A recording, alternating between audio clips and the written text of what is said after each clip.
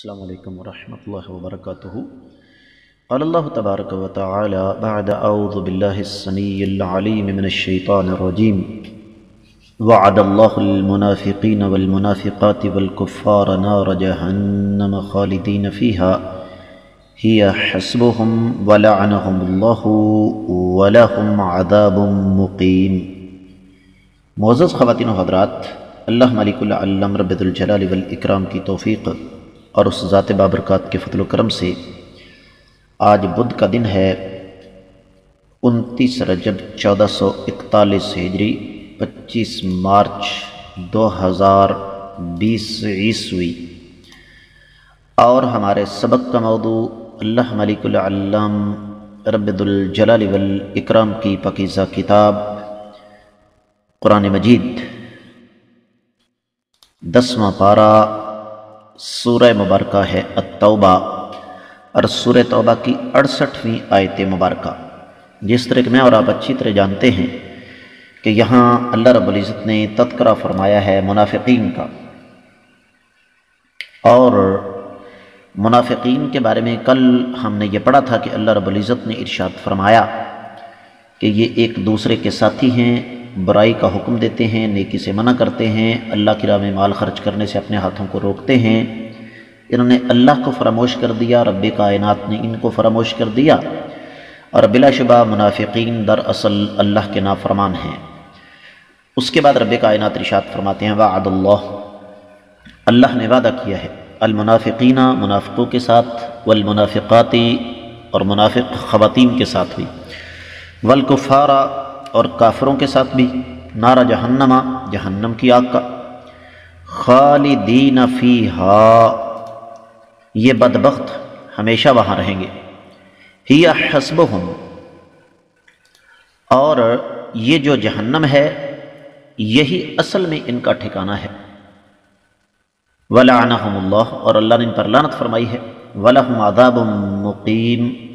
اور ان کے لیے ہمیشہ ہمیشہ کی سزا تیار ہے۔ لفظی ترجمہ آپ نے سنا، با محاورہ ترجمہ سماعت فرمائیے گا۔ اللہ مالک العلم رب ذوالجلال والاکرام نے منافق مردوں اور منافق خواتین اور کفار سے جہنم کی آگ کا وعدہ کیا، جس میں یہ ہمیشہ جلتے رہیں گے، یہی ان کا اصل ٹھکانہ ہے، اور اللہ نے ان پر لعنت فرمائی ہے، اور ان کے لیے دائمی سزا جو ہے وہ تیار ہے۔ معزز خواتین و حضرات،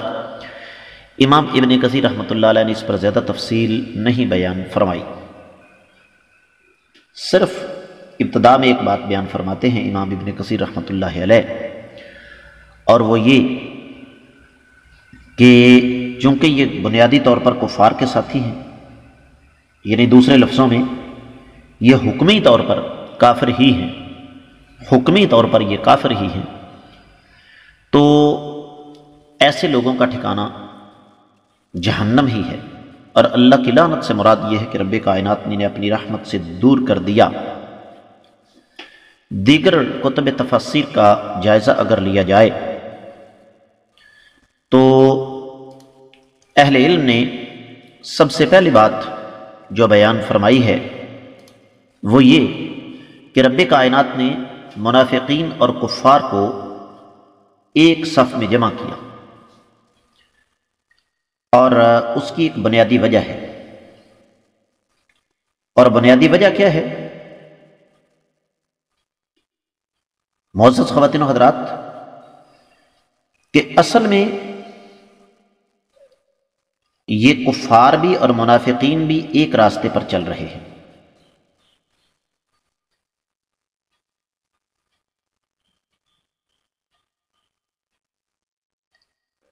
لیکن دوسری طرف جب ہم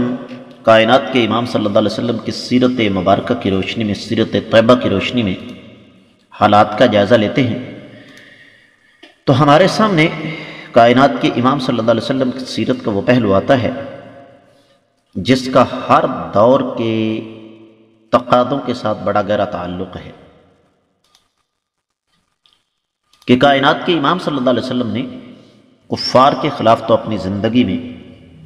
90 کے قریب مار کے لڑے، لیکن منافقین کو کچھ نہیں کہا، حالانکہ قرآن اکثر مقامات پر آخرت کے اعتبار سے دونوں کو ایک بتاتا ہے۔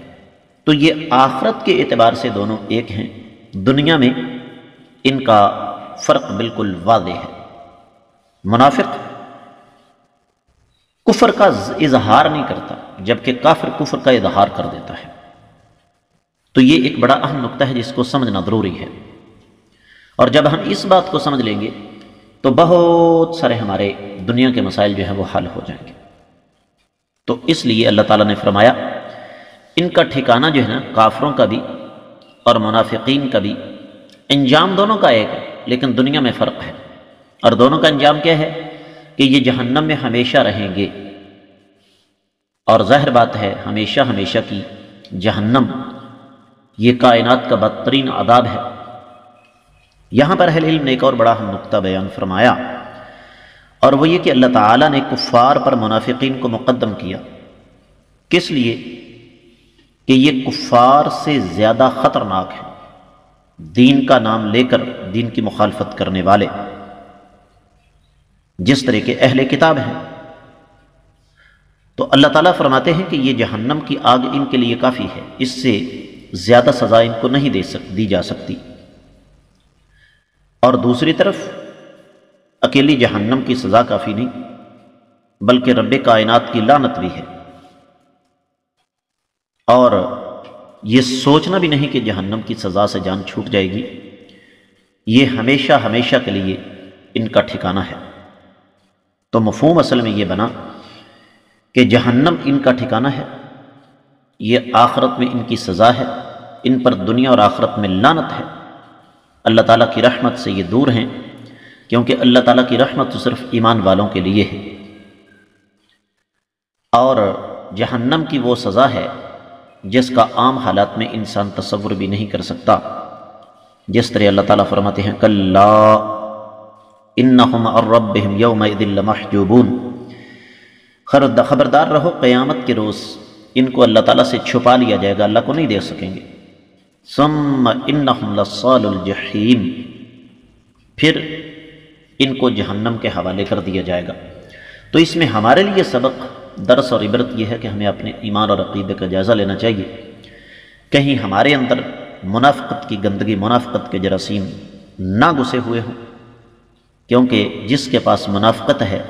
وہ سمجھ لیجئے کہ دنیا اور آخرت میں بدترین انسان ہے۔ اس کے ساتھ ہی اس آیت مبارکہ کی مختصر تفسیر مکمل ہوتی ہے، منافقین کی صفات کا سلسلہ بھی جاری ہے انشاءاللہ۔